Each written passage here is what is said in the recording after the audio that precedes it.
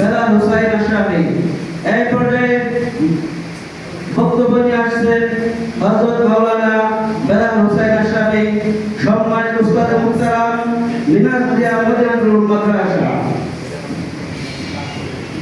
সকলকে বলবো যে আপনার টাইমের প্রতি খুব খেয়াল রাখবেন। 2 মিনিট সময় বক্তব্য যারাই দিবেন 2 মিনিট সময়। কেউ বিরক্ত করবেন না, স্পিকারের কথা একটু খেয়াল রাখবেন ইনশাআল্লাহ। 2 মিনিট সময়।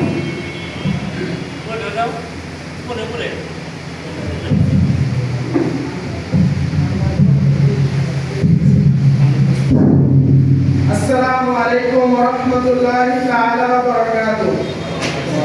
الحمد لله رب العالمين، الصلاة والسلام على سيد المرسلين وعلى آله وصحبه أجمعين، أما بعد।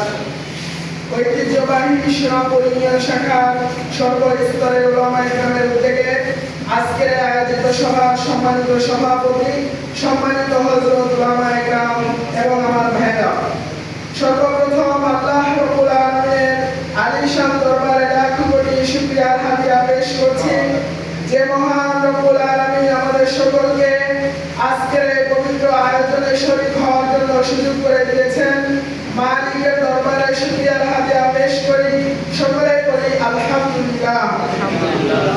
সম্মানিত সুধী, আজকে যে সমস্ত ভাইরা উপস্থিত হয়েছেন, দুনিয়ার সমস্ত কার্যক্রম থেকে বিরত হয়ে আজকের এই পবিত্র আয়োজনে যারা উপস্থিত হয়েছেন, তাদের সকলকে আমার ভালো লাগা ভালোবাসার সংগঠন, এদেশের গণমানুষের প্রিয় সংগঠন হযরত পীর সাহেব হুজুর চরমনায় পরিচালিত বর্তমান বাংলাদেশের দেওবন্দি ঘরানার সবচেয়ে বড় সংগঠন ইসলামী আন্দোলন বাংলাদেশের পক্ষ থেকে সকলকে জানাই বিপ্লবী অভিনন্দন ও আন্তরিক শুভেচ্ছা।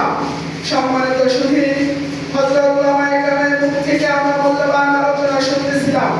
আজকে আমাদের আশা এবং বসার একটি মাত্র উদ্দেশ্য, সেটি হলো আগামী দিনে আমরা ঐক্যবদ্ধ হয়ে কিভাবে দিনী কাজ, সামাজিক কাজ আলেম ওলামার নেতৃত্বে করা যায়, সেই লক্ষ্যে আজকে আমাদের এখানে বসা।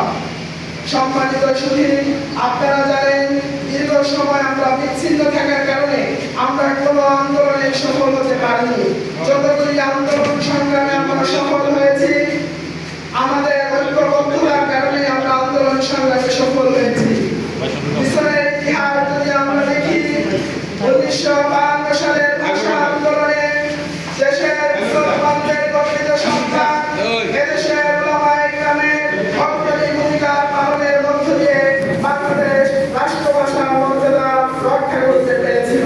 1971 সালের মহান মুক্তিযুদ্ধে এদেশের দেওবন্দি ঘরানার সবচেয়ে বড় আলেম এবং অন্যান্য উলামায়ে কেরামের অগ্রণী নেতৃত্ব আমরা দেখেছি। 2024 সালে যখন এদেশের ছাত্র সমাজ বৈষম্য বিরোধী ছাত্র আন্দোলন নাম দিয়ে মাঠে নেমেছিল, ঠিক তখনই এদেশের তৌহিদি জনতার সঙ্গে কাঁধে কাঁধ মিলিয়ে হাতে হাত রেখে দেশের কওমি উলামায়ে কেরাম যখন মাঠে নেমেছেন, ঠিক তখনই যুগের নব্য কেরাম খ্যাত বর্তমান বহির্বিশ্বের সবচেয়ে খুনি হাসিনা, লেডির ফেরাউন খ্যাত স্বৈরাচারী হাসিনা দেশ ছেড়ে পালাতে বাধ্য হয়েছে বলে সংগ্রামী সাথী ও বন্ধুগণ, লম্বা বক্তৃতা করার অবকাশ নেই, তবে আমি আপনাদের সম্মুখে একটি কথা বলতে চাই। শাপলা চত্বরে আমার ভাইরা জীবন দিয়েছে এবং মোদী বিরোধী আন্দোলনে আমার উলামায়ে কেরাম জীবন দিয়েছে। যদি আমাদের আল্লাহ তাআলা একটি সুযোগ করে দিয়েছেন, আমরা যদি আসন্ন ত্রয়োদশ জাতীয় সংসদ নির্বাচনে বাংলাদেশের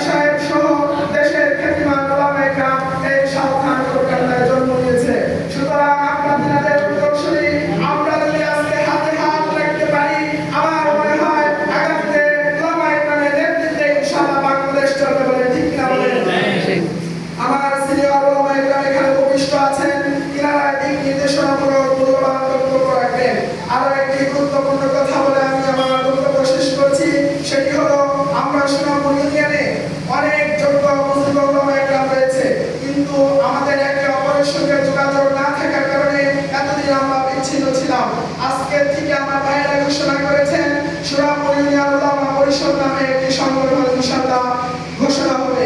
এই সংগঠনের মাধ্যমে প্রতি বছর আমরা তাফসীরুল কোরআন মাহফিলের আয়োজন করব। এই সংগঠনের মাধ্যমে আমাদের সমাজে যারা অবহেলিত, যারা নিষ্পেষিত মানুষ আছে তাদের পাশে দাঁড়াবো। যে সমস্ত ভাইরা স্কুল কলেজে মাদ্রাসায় টাকার অভাবে, অর্থের অভাবে পড়ালেখা করতে পারছে না, আমরা ওলামায়ে কেরামের তত্ত্বাবধানে তাদের পাশে দাঁড়াবো। বলে ঠিক কিনা বলেন? আমরা দুনিয়ার ভিতরে, বাংলাদেশের ভিতরে, এই সৌথানগর কেন্দ্রের ভিতরে আমরা শুধু সামাজিক নয়, পারিবারিক নয়, রাষ্ট্রীয় পর্যায়ে পর্যন্ত আমাদের ওলামায়ে কেরামের নেতৃত্বে চলবে। বলে ঠিক কিনা বলেন? আগামী রাজনীতি ওলামাদের রাজনীতি, আগামী রাজনীতি হক্কানি আলেমদের রাজনীতি।